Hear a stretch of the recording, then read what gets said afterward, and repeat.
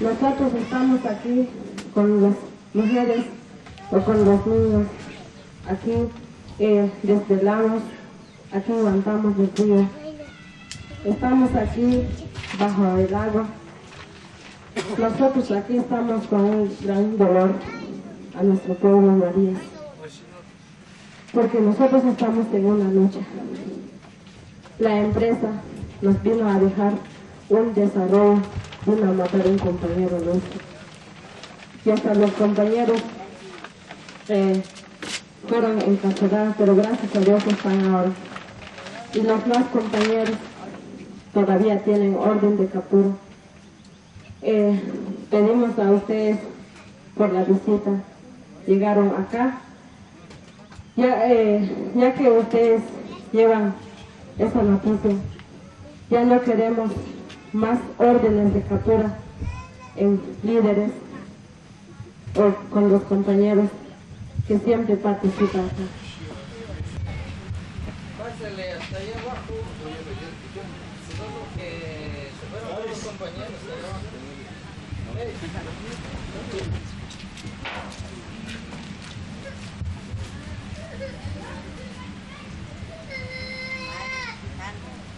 Y nosotros no vamos a dejar ese lugar si la empresa no sale.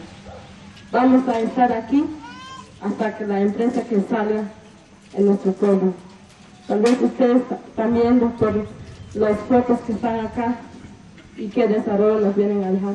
Nada. Nosotros defendemos nuestro pueblo, nuestro bosque, nuestro agua. No queremos la empresa que va a llevar a otro lado.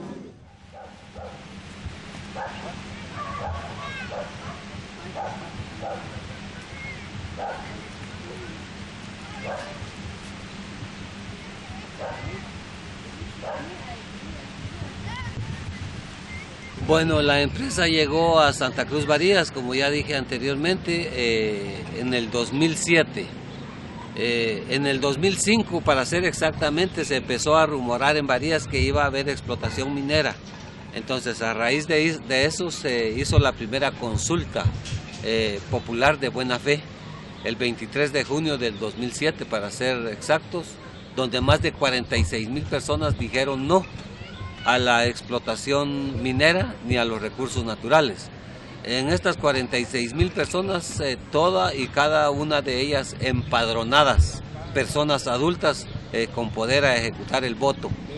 Y en el 2008 fue cuando la empresa Hidro Santa Cruz hizo presencia en Varías, aforando el río Cambalam para construir una hidroeléctrica, sin contar con ningún permiso gubernamental, o sea, del gobierno, ningún permiso municipal, o sea, del pueblo de donde yo soy, y ni mucho menos comunal. Los españoles en ese tiempo fueron copados por las comunidades, donde se quedó plasmado en punto de acta que no los querían volver a ver acá, pero no hicieron caso.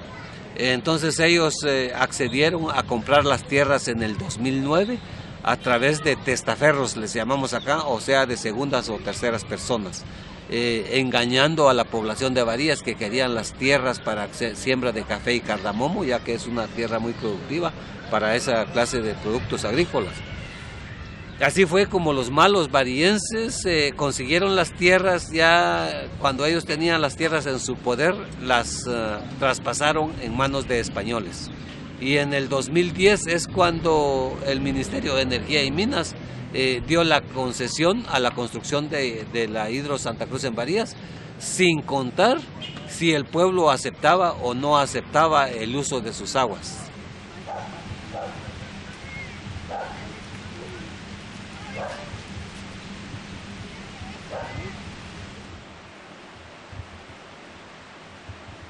Las cosas se empezaron a poner difíciles a raíz del 2011, porque desde el 2008, cuando la empresa llegó a Santa Cruz Barías, las comunidades y el pueblo empezó a quejar con nuestras autoridades locales, los cuales nunca nos escucharon. Presentaban memoriales, actas, escritos y nunca nos fueron escuchadas. En eso, en el 2011, ellos quisieron ingresar maquinaria pesada ya para trabajar, y fue cuando el pueblo se levantó y no permitió que la maquinaria entrara, y así fue como se quemó la maquinaria. Pero no fue el pueblo quien quemó la maquinaria, sino que fueron trabajadores de la misma empresa para criminalizar al pueblo. Y así fue como empieza esa cadena de criminalización al pueblo de Barías. A raíz de todo esto, en el mes de mayo fue cuando ocurrió el asesinato de Andrés Francisco Miguel, un líder que defendía los recursos naturales, pero en realidad el asesinato no iba para él, iba para otro líder que se oponía a venderle las tierras a Hidro Santa Cruz, que se llama Pablo Francisco Miguel, el cual está baleado de una de las manos y quedó inválido por el resto de sus vidas, ¿verdad? A él era quien buscaban asesinar por negarse a vender las tierras. Entonces, a raíz de ese asesinato, en el mes de la primera semana de julio del 2012 se abre la primera mesa de diálogo. Y en la primera mesa de diálogo que se abre participan solo personeros afines a la empresa. No tomaron en cuenta a la sociedad civil, ni mucho menos al pueblo. Entonces la sociedad civil en esa época se opuso y intervino en la reunión. El 17 de julio del 2012 salen 10 órdenes de captura más para esos líderes que se habían opuesto a salir de esa reunión. Y en el mes de agosto, COPREDE y CODIRSA, que son instituciones gubernamentales, empiezan a hacer una campaña negra en todas las comunidades de Santa Cruz Barías, diciendo que firmaran la entrada de la empresa, que ya solo a la comunidad que llegaban decía, ya solo ustedes faltan, porque el resto de comunidades han firmado. Este trabajo lo estaba haciendo COPREDE, CODIRSA, conjuntamente con miembros de la corporación municipal. Luego, en ese mismo mes de julio y agosto, la empresa presenta un convenio a la municipalidad donde la empresa pone sus leyes, diciendo que iban a dar 1.500 quetzales, 1.500 o 1,5 millones anual por 50 años que ellos quieren usar las aguas. Pero que ese 1.500.000 de quetzales que iban a dar anuales, que la misma empresa tenía que decidir qué proyectos se podían hacer con esa plata. Y también obligaba a la municipalidad a que consiguiera todos los derechos de paso por donde iba a pasar el posteado y el cable. Y también obligaba a la municipalidad que no podía emplear ningún centavo en proyectos que la municipalidad decidiera, sino que tenían que ser aprobados por la empresa. Yo me di cuenta de eso y empecé a sabotear ese documento. Y así fue como el 14 de diciembre la municipalidad quiso firmar un nuevo convenio, ya no de 1,5 millones, sino de 2 millones. Pero lo quería firmar a espaldas del pueblo. Y su servidor juntó a la población y evitamos la firma de ese convenio. Es ahí donde me hacen la primera amenaza de muerte. Un tipo llamado Garrido, Juan Roberto Garrido Pérez, trabajador de la empresa, es quien me amenaza públicamente ese día, me amenaza de muerte, pero como he dicho siempre, la hoja de un árbol no cae mientras no sea la voluntad de Dios, y Dios sabe que mi lucha es justa. Mi lucha es por el futuro de mis nietos, de mi pueblo, y que son los recursos naturales que tienen que ser explotados en beneficio al pueblo y no en beneficio a empresas extranjeras. He tenido otras amenazas por ahí de muerte, pero las ignoro. No sé qué día me va a tocar, pero Dios decidirá ese día. Así que yo hago un llamado a todos aquellos luchadores por los recursos naturales y por los derechos del pueblo, que sigamos adelante. Un día vamos a cambiar el sistema que estas grandes empresas tienen y que nos están afectando a nivel mundial.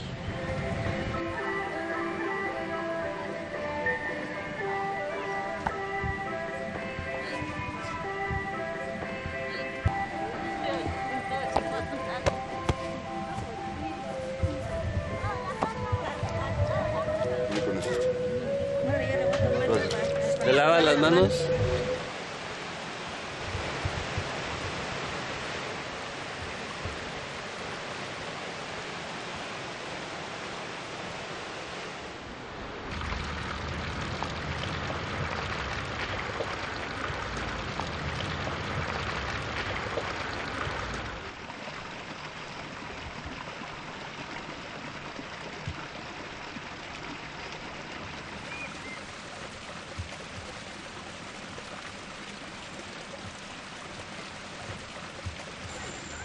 En el caso un poco del tema del contexto político, la situación cada vez se agudiza más aquí en el país, todo dado principalmente a cómo están operando las empresas con el aval del gobierno para poder ingresar a los territorios. Hablamos de empresas mineras, de proyectos hidroeléctricos, el tema del acaparamiento de la tierra para la expansión de monocultivos. Entonces, ante toda esta situación, cada vez la criminalización de la lucha se agudiza aún más. El año pasado, en el primer año de gobierno que está de turno, ya hubieron 2 estados de sitio, hubieron asesinatos de líderes comunitarios por parte del mismo ejército militar.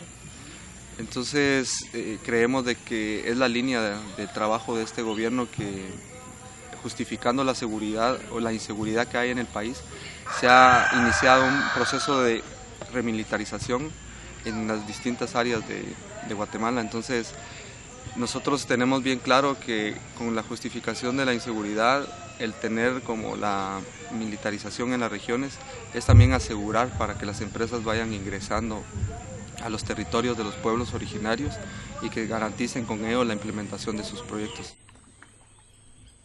La situación en Guatemala, como en todos los países de Centroamérica, es compleja. Es bastante difícil. Los gobiernos y los funcionarios que están en los puestos públicos, pues hacen sus negocios. Así lo describo. Porque no hay otra forma como decirlo, ¿verdad? O sea, desde mi opinión, ofrecen a las empresas los lugares para explotar los recursos naturales. En Guatemala tenemos muy buenos ríos, grandes ríos por todo lado. Tenemos cerros ricos en recursos, en minería, no solo el oro. Empiecen a hablar del oro, pero no solo oro es lo que sacan, ¿verdad? La plata, el zinc, el plomo, todo eso, ¿verdad? Pero en Ixcán, en esta área, en este lugar donde estamos, de toda la franja transversal del norte, Petén, hay mucho petróleo. Y hay explotación de petróleo que llevan 35 años, como el caso de las hidroeléctricas. Chizoy, entonces, concretamente, es un problema muy serio para nosotros los campesinos, los que fuimos afectados por Chizoy. Así lo llamamos. Para las empresas, para el gobierno, para el INDE, dice que Chizoy ha sacado al país del estado en que está. Ahora, la pregunta es, ¿a dónde va ese dinero? ¿Dónde ha estado en estos últimos 35 años los millones de dólares que genera Chizoy? Eso no lo dicen, eso no lo sabemos el pueblo de Guatemala, ni mucho menos las comunidades. El asunto entonces es de que Chizoy, de todos los ofrecimientos que hizo el INDE y el gobierno en ese entonces, ninguno se cumplieron, ninguna. Y hasta hoy hay una demanda que se ha entablado desde 2004 por las 32 comunidades de Chizoy. El mismo gobierno, a través de los agentes de Estado, los funcionarios de Estado, bloquean este proceso. Empiezan a ofrecer otro tipo de cosas a los líderes y a las comunidades para desviar el verdadero sentido de la demanda, que es reparación del daño causado por la hidroeléctrica Chizoy, que reclaman las 32 comunidades.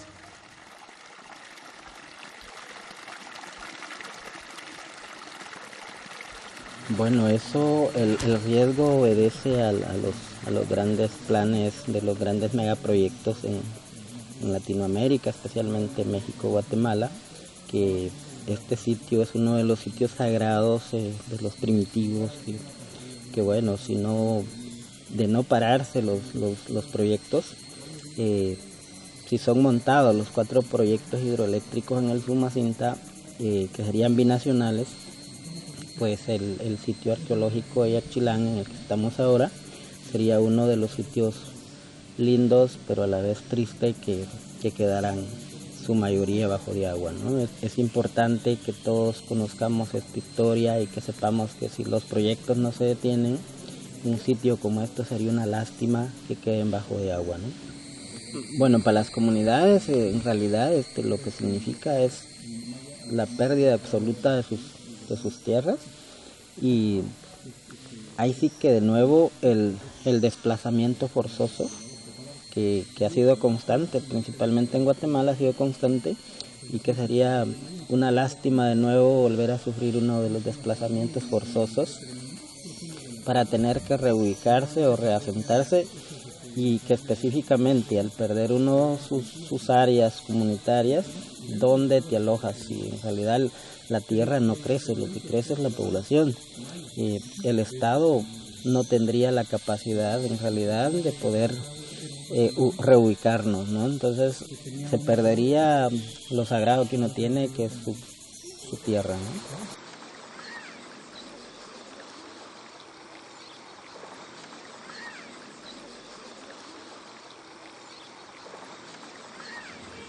Digamos, el proyecto hidroeléctrico Xalala en Guatemala se empieza a hablar en los años 70. Digamos, el Instituto Nacional de Electrificación, INDE, era una de sus prioridades de los 4 proyectos contemplados, y por toda la situación que pasó en Guatemala del conflicto armado interno, el INDE abandona el lugar. Entonces ya a través del mismo INDE y la Comisión Nacional de Electrificación en Guatemala se empieza a retomar el proyecto en los años 2001 y 2004 en el gobierno de Oscar Berché. Digamos, tenemos la experiencia de Chicxoy, que en los años 70 era uno de los 4 y que solamente se logró, y actualmente en Guatemala está generando energía eléctrica y exportando para países vecinos. Entonces, el problema más grande de Xalala es que inunda más de 50 comunidades, 58 comunidades, ¿no?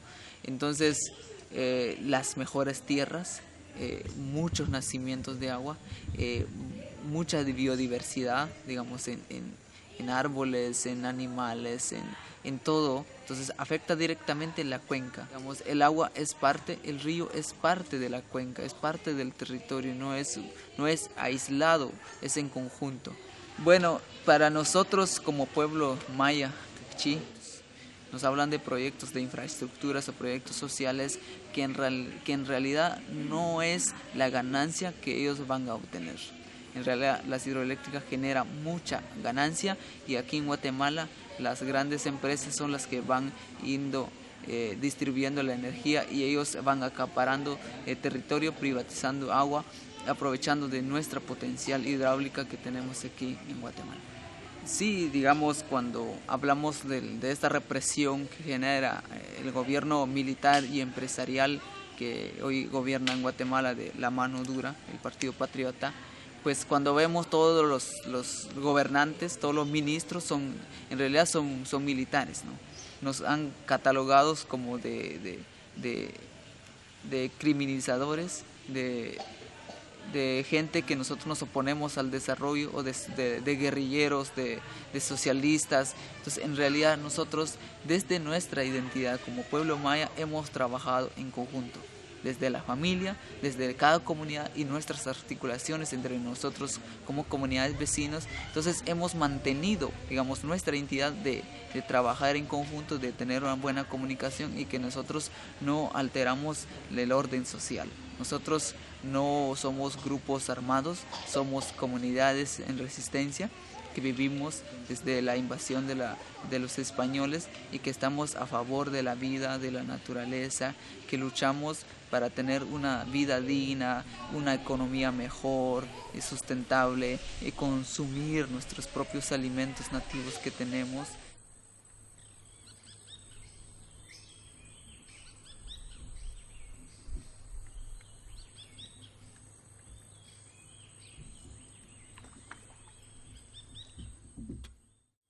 las instancias o instituciones de gobierno, por ejemplo, el Instituto Nacional de Electrificación INDE o el Ministerio de Energías y Minas o otras instancias que han venido desarrollando megaproyectos en la región, siempre hablan de desarrollo, hablan de empleos, de generar riqueza en la región. Eso es lo que ellos han hablado.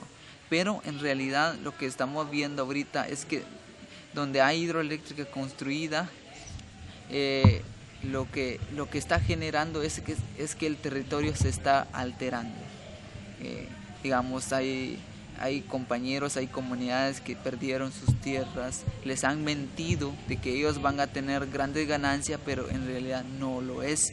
Entonces, en la región de Ixcán o de comunidades amenazadas por el proyecto hidroeléctrico Xalala, hemos hecho una sistematización, unos diagnósticos comunitarios para ver cuánto en realidad tiene la gente.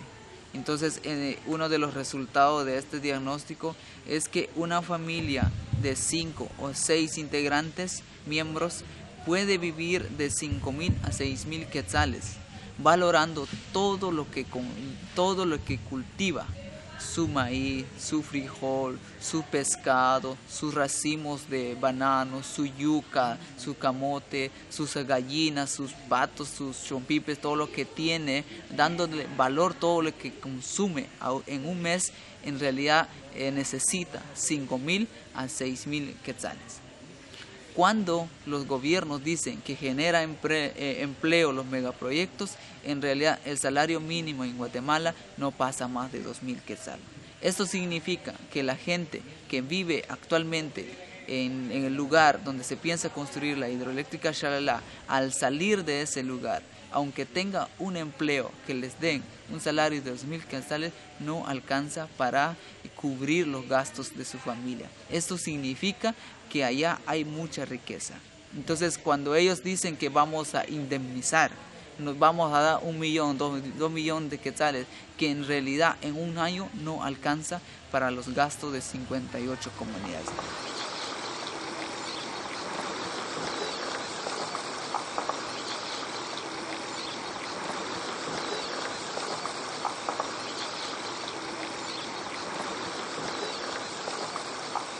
El tema ahí del resarcimiento a las comunidades, a las familias que fueron afectadas, no avanza, no hay. Los gobiernos no tienen voluntad, pero si tú ves el anuncio de Guatevisión, hay un noticiero Guatevisión, cada 30 segundos pasa el mensaje del INDE. ¿Por qué se hizo Chizoy? ¿Qué tan beneficioso es Chizoy? O sea, pero esa es la publicidad de los que manejan el poder económico, pero las comunidades, de veras, las condiciones en que viven las comunidades que fueron desplazados por Chizoy es precaria. No tienen. La señora, la viuda, que porque mi comunidad fue masacrada, el 60% de la población, los que sobrevivieron, las viejitas que sobreviven, se están muriendo de hambre.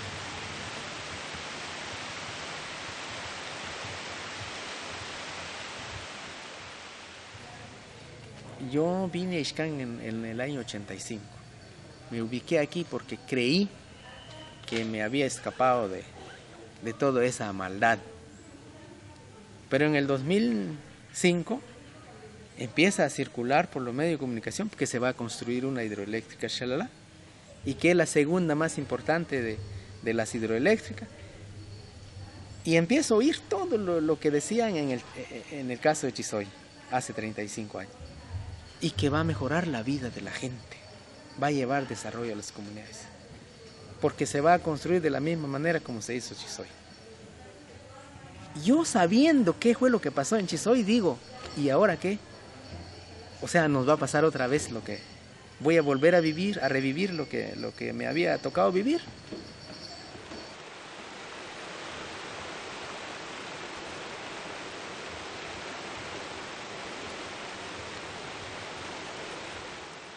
O sea, el INDE y el gobierno lo que dicen es que ya va a Xalala. En principio dijeron que no hay gente ahí. Ahí solo viven animales. Y un funcionario, un diputado, dijo claramente en el 2005 que ahí en Xalala va a ser un proyecto magnífico, no hay persona allá, solamente hay animales. Ojalá que no haya personas que defienden animales que se pongan otra vez en contra del proyecto. Sí, digo yo, ¿por qué? ¿Por qué este funcionario dice eso? Si hay más de 50 comunidades ahí a la orilla de ese río. No son animales. Entonces, esa es como la práctica de los funcionarios de gobierno, minimizar los riesgos y alargar los beneficios, pero no dicen para quiénes realmente son los beneficios, porque va a inundar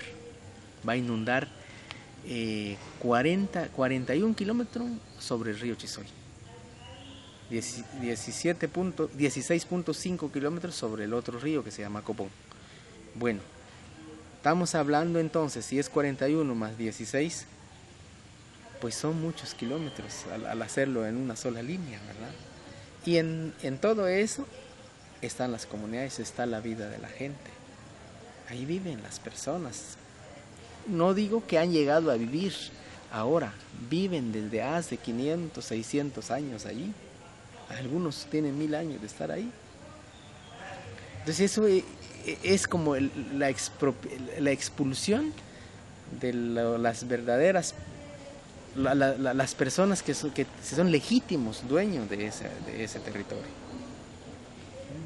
a cambio de satisfacer la necesidad, pero ni siquiera es necesidad, la ambición. Cuando se construyó Chizoy se promovió para satisfacer la demanda de la población guatemalteca, para llevar electricidad en todos los hogares guatemaltecos. Así se está diciendo con Xalala ahorita. Pero ¿qué pasó con Chizoy? En el 97 se privatiza. No, es cierto que el INDE es la dueña de Chizoy. Es Unión Fenosa. Son las empresas privadas los dueños. Sí tiene una parte INDE todavía, pero no es la propietaria de la presa Chizoy, el INDE.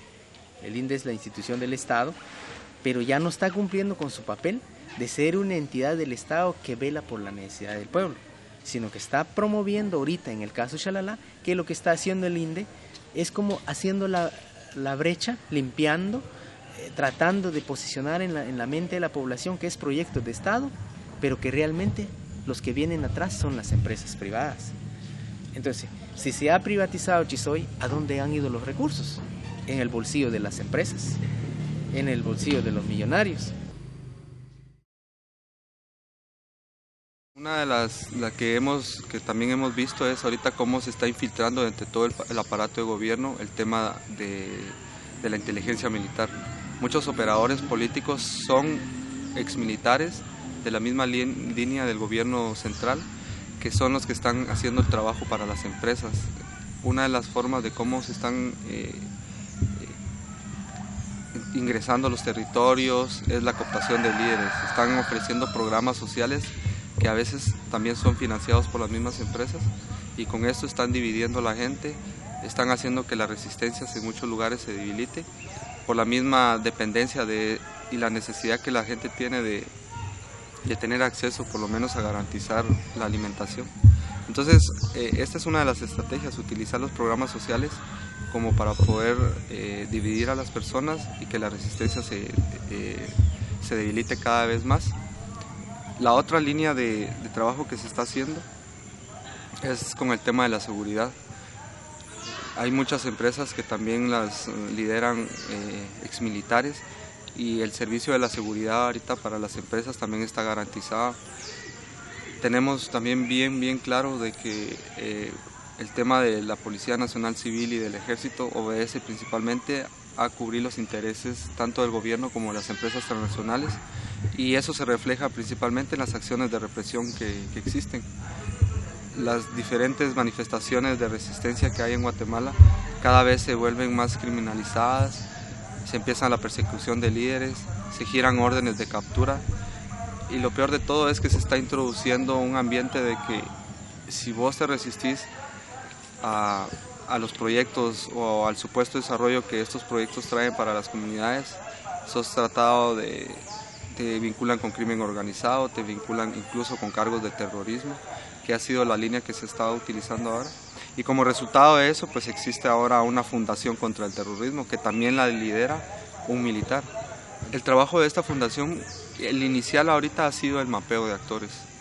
Han salido ya una serie de documentos en donde aparecen organizaciones del movimiento social y principalmente lo que más han indagado es el tema de cómo consiguen los fondos económicos para poder hacer sus acciones acá en el país.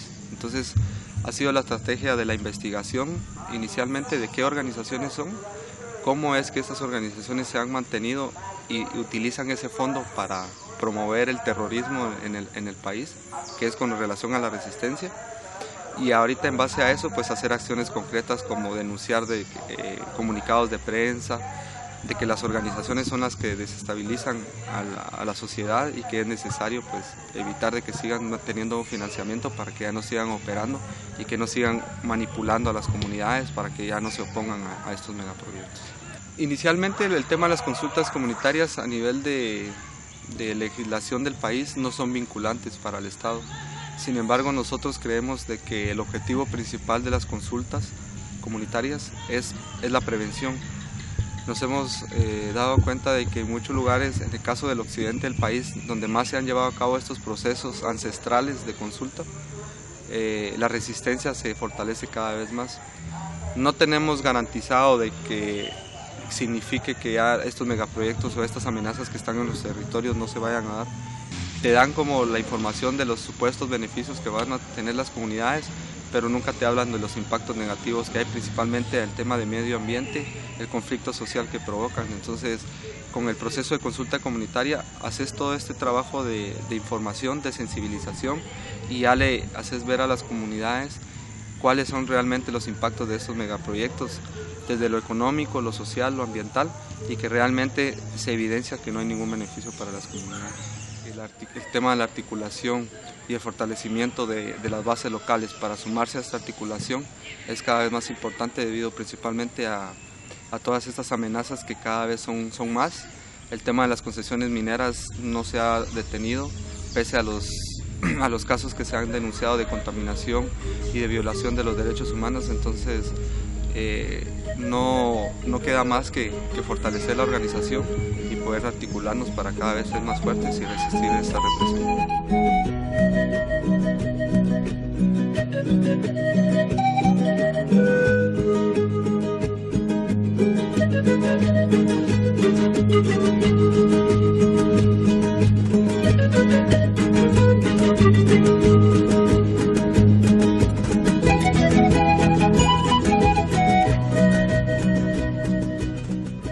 Comanilel.org, mirada colectiva.